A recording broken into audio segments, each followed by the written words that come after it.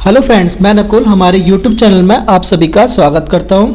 दोस्तों, आज मैं आपको एक्सेल के अंदर कुछ फॉर्मूले के बारे में बताऊंगा जिन्हें आप यूज़ करके आप अपने काम को बहुत ही आसान कर सकते हैं। इससे पहले मैंने आपको डेली वर्क में यूज़ होने वाले बहुत से फॉर्मूले के बारे में बताया था, तो ऐसे ही मैं आज आपको कुछ फॉर्मूले के बारे में और बताऊंगा।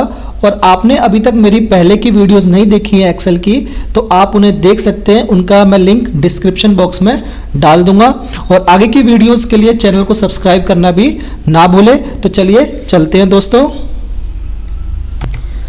सबसे पहले मैं आपको बता देता हूँ कि यहाँ पर एक शीट मैंने बनाई हुई है दिसंबर मंथ की सेल्स की, जिसके अंदर आइटम के नेम है, उनके ब्रांड के नेम है और टोटल उनकी कितनी सेल हुई है वो यहाँ पर मैंने लिखी हुई है। तो आपको जो आज मैं फॉर्मूले बताऊंगा वो हमारे है एवरेज, एवरेज इफ और एवरेज इफ्स। तो इन तीन फॉर्मूले के बारे में मैं आपको बताऊंगा और कैसे कैसे इनका यूज करते हैं वो मैं आपको बताता हूं। तो सबसे पहले एवरेज पे आते हैं। तो एवरेज हमारा फॉर्मूला क्या काम करेगा कि आपने जो भी सेल करी है उनकी आपको एवरेज बता देगा कि आपकी एवरेज कितनी सेल हुई है।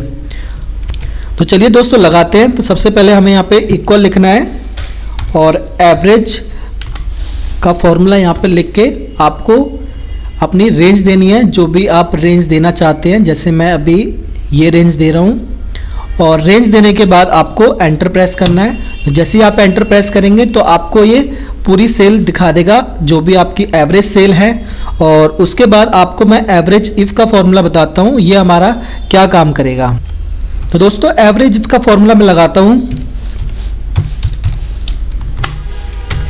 तो एवरेज इफ के फॉर्मूले में यदि आपको ये चेक करना है कि जैसे आइटम नेम में माउस है, माउस की मैंने टोटल कितनी एवरेज सेल करी है, अगर आपको वो पता करना है तो वो आप कैसे पता करेंगे, वो आप एवरेज इफ के थ्रू पता आप कर सकते हैं इजीली। इसके लिए सबसे पहले आपको रेंज सेलेक्ट करनी है। तो मैं यहाँ पर रेंज माउस की सिलेक्ट कर लेता हूँ। इसके बाद आपको कॉमा लगाना है। कॉमा लगाने के बाद यहाँ से आपसे पूछेगा क्राइटेरिया। तो क्राइटेरिया में हमें माउस लेना है। तो माउस के लिए आप कोटेशन में आप माउस लिखेंगे और माउस लिखने के बाद आपसे पूछेगा एवरेज रेंज। तो एवरेज रेंज हमें यही सिलेक्ट करनी है और ये सिलेक्ट करने के बाद आपको एंटर करना है। तो एंटर जैसे ही आप करेंगे तो ये आपको माउस की एवरेज सेल आपको निकाल के दे देगा।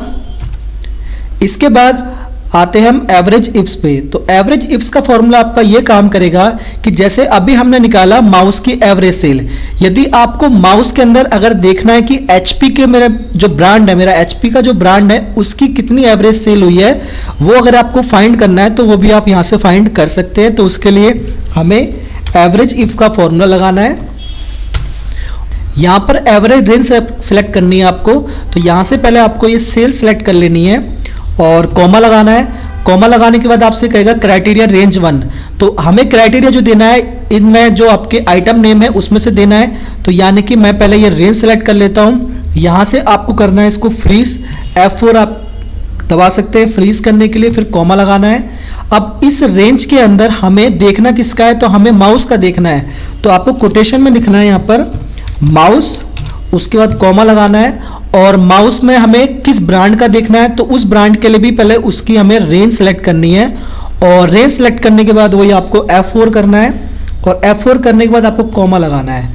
और कॉमा लगाने के बाद यानी कि इस ब्रांड के अंदर देखना हमें जैसे HP का है तो आपको वही कोटेशन के अंदर यानी कि डबल इन्वर्टेड कॉमा के अंदर आपको HP लिखना है और लिखने के बाद ब्रैकेट क्लोज कर देना और एंटर कर देना है। जैसे ही आप ब्रैकेट क्लोज करने के बाद एंटर करेंगे तो ये आपकी दिखा देगा कि यानी कि माउस की मैंने HP ब्रांड के अंदर कितनी एवरेज सेल करी है।